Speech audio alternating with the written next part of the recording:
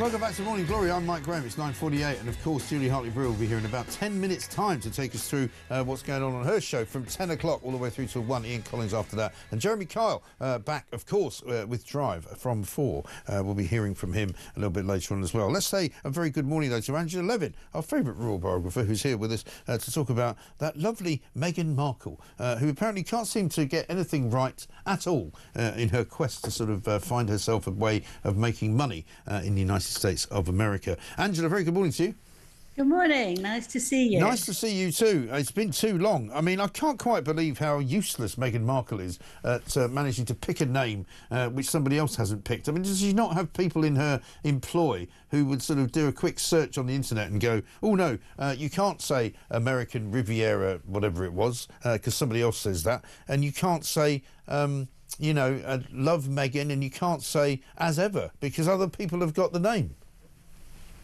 Well, the main reason is that she doesn't have anybody running it for her. She decided that no one was good enough. That's true. No one was good enough, and she wanted to do it by herself.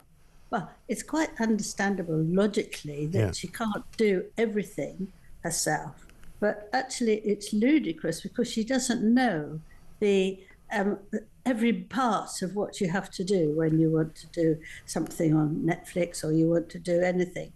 What she is good at, and I think this is very unpleasant of me to say, is that she's good at undermining people's confidence. And a lot of people leave, and she makes them very, very unhappy. So that's what she does. So everybody needs her to get on with it. It's dreadful. But, I mean, this is the story that we've got here, that a cut-price Chinese clothing company and a family-run New York-based retailer among the fashion outlets with the same name as ever that she wanted to start as her new lifestyle brand. And, I mean, I take your point that she can't do everything herself, but surely to heavens, if you or I was decided to start a company, you might say, can we just check that nobody else is using that name, as like the first thing you would say? Well, of course it is, but she thinks she's better than anyone at doing everything, and she doesn't want anyone even have the minutest control of what's going on. Yeah. Therefore, she falls underneath the table.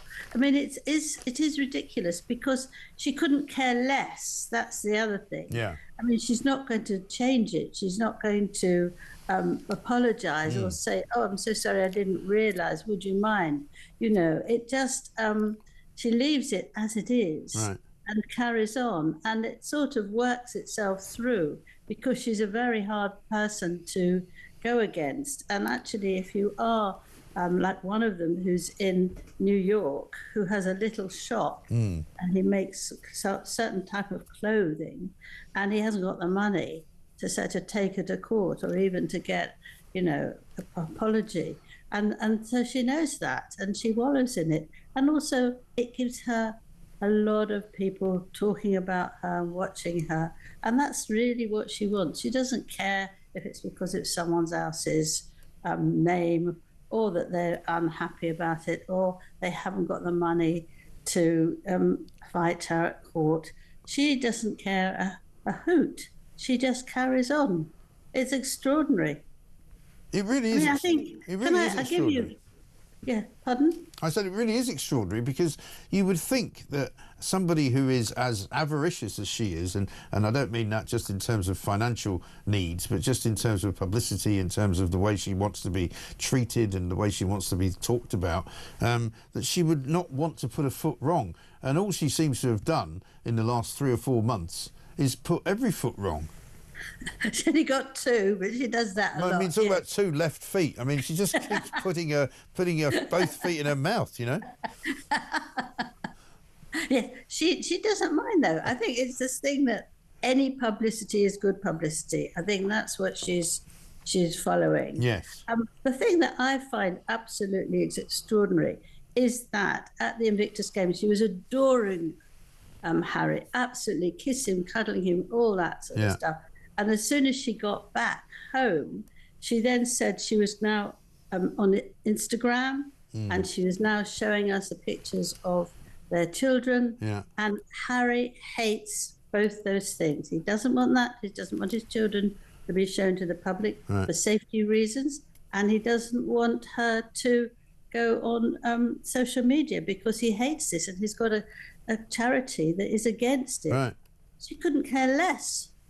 I think that's the thing that shows you she doesn't want to do that for him, her husband who you adore. Yes. What would you do for little people who had a small shop somewhere else? Well, this is a big question, isn't it? I mean, does she really adore him, or has he kind of begun to outlive his usefulness? Well, I think he's useful at the moment because he's there when she needs his voice and him to be there. But he doesn't have to be there very long now. It's like going to be the one on Netflix is going to be 2 minutes in the 8th episode. Right. So I think she's trying to get what she can do and move on, and soon she won't need him. Yeah, But that's kind of how it looks, isn't it? Yes. The embarrassment is enormous. Yeah. If you see what she does in the Invictus Games and then changes her mind. It's very difficult. It's the same thing, isn't it?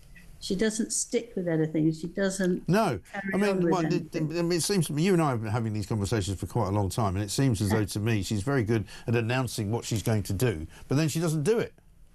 Yeah. You know, she's full of That's the ideas. It's like, publicity. we can't wait to get started with all our new projects, and then you go, where are they? And they're not there. You know, she said this last one, I'm so excited. And she whispers it. It's kept secret from you for so long. Oh yeah. You know, and then there's nothing going on yet. Right. I mean, it's to keep It's kind of pathetic, really, isn't it? Yes. It really But is. to make it exciting for people, you have to say all that, and then immediately they can get it. They don't have to wait several months. No. Because then they get bored stiff. Exactly. I mean, it's like me saying we're going to give out bumper stickers, but we're not going to give them out till September. We're giving them out today. We'll send you one, Angela. Thank you very much indeed for talking to us.